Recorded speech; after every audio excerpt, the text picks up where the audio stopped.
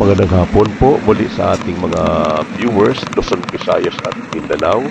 Sa muli, narito pa rin tayo sa ating pinagpapraktisan araw-araw. Dito po tayo ngayon sa C6 pa rin ng Taytay, papuntang Bikutan. Dito po tayo dadaan sa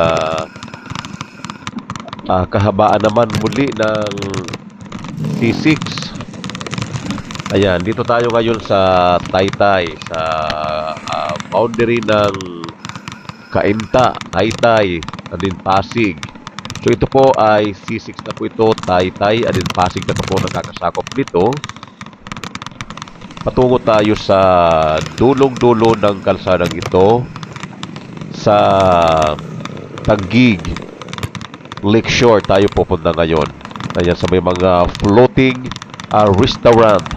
Kaso lang hindi tayo papasok dahil hindi tayo papapasokin pagwas na nakabike tayo. So guys, hindi tayo dito nakasakay ng mga private car or motor. Ang dinala nating sasakyan dito ay bike lang po.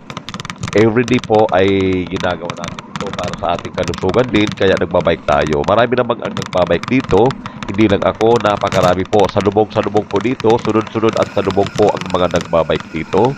And then mamaya po, after nating magbike, ay dadan tayo sa Mark Inasal. Ang napakasarap po ng Mark Inasal ng chicken. Napakasarap po, ay talagang mapaparami kang kain. Ayan. Dahil sobrang pagod magpadyak, mapapakain ka talagang 5 rice. Dahil unlimited rice, only soap, and then may soft drinks po, kaya napaparami ka talagang kain. Sobrang layo ng ating ibabike ngayon. Aabotin tayo ng mga mga 30 kilometers. Ganyan. Ang ating ibabike ngayon ay mga 30 kilometers, pero sa atin saglit na lang yan. Ano lang sa atin ito, maning-mani lang ito. So guys, dito na po tayo sa bandang Kinit. Ayan, Kinit.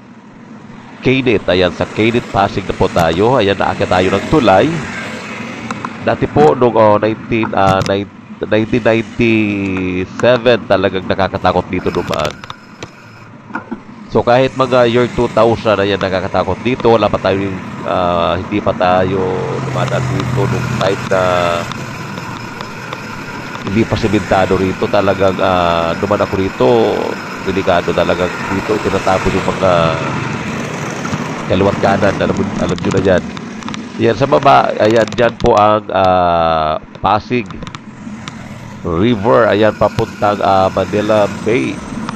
Yung sa kaliwa naman, ayan, Laguna Lake. So dito na po tayo sa taas ng tulay. Ayan, kaya ang ating speed ng ating bike ngayon ay in-adjust natin sa pinakataas na gear. Kasi pag pababa natin, ibababa naman natin ang ating speed. Ayan. Ayan, ilalakas natin ngayon dyan pagdating sa Kapatagan. Ibabalik natin sa pinakaunang speed. Ayan, kanina. Ayan, ililipat natin para at least para mabilis tayo. So, dito marami tayong kasunod na mga bikers. Hindi tayo dadaan dyan sa mga bike lines dahil medyo hindi pa siya diretso-diretso, putol-putol. Kaya dito tayo dumadaan sa pinakadaanan ng mga private car, mga truck, mga motorista. Dito tayo makikipagsabayan ngayon. Makikipagbardagulan tayo dito sa bilis ng ating takbo. So may mga kasunod tayo dito ng mga bata. Ang iba dito talagang balikan galing sa trabaho, uwian, napakalayo, dulong-dulo dahil sa magandang takbuhin ang kalsadang ito. So napakabilis lang po. Ayan, itong nasa harapan natin, bata, napakabilis magpadyak, kaya medyo hindi tayo makahabol, pero hindi niya ako kakayanin dahil ahabulin ko siya mamaya. Tinusundan ko lang siya ngayon dahil medyo kinokondisyon ko po ng ating legs para at least Pagdating sa kalagitnaan, saka natin siya hahabulin. Ayan, alam ko, batak na batak ang legs na dahil sanay siya araw-araw siguro siya nandito, nagbabike. Yung naka-maroon, ayan, nakapula. So sa kabila, yung ang papuntang Pasig, galing Bikutan tayo, papuntang Bikutan.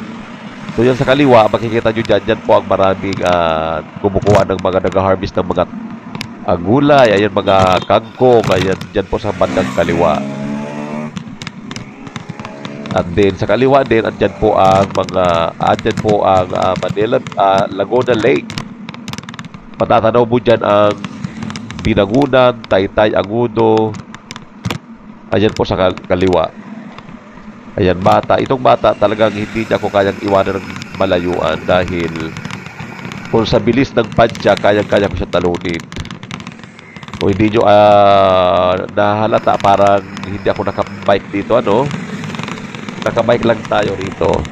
Ginagawa natin dito araw-araw tuwing hapon. Ayan, dito tayo nag-exercise.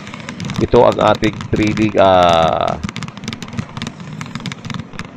sa araw-araw. Dito tayo nagpa-practice. So yan, na-corner ako dito ng L3 at naka-pick up. So naunahan ulit tayo na iwanan ulit tayo ng bata. So pero gano'n pa man ay hahabulin po natin siya dahil alam ko kaya-kaya ko siya lagpasan. Kaya unti-unti palapit ako, kaso lang minsan talagang may dito, yung camera ko medyo nakakasagabal dahil malaki yung balot niya. Malaki ang balot niya sa cellphone, kaya sagabal sa hawakan ng ating kamay. So yan, unti-unti tayo, approaching tayo sa stoplight. Nakalahati na natin yan. Ayan, medyo blurred ang ating camera dahil nga sobrang bilis natin. Sobrang bilis po natin. Kaya yan, napakalayo niya pero kinhabol ko talaga siya. Dahil, syempre, magpapakita rin tayo ng gilas dito. Hindi. Talagang masarap mag-badjak dito dahil kakaunti lang ang sasakyan dito. So guys, sa mga bikers po dyan, huwag tayong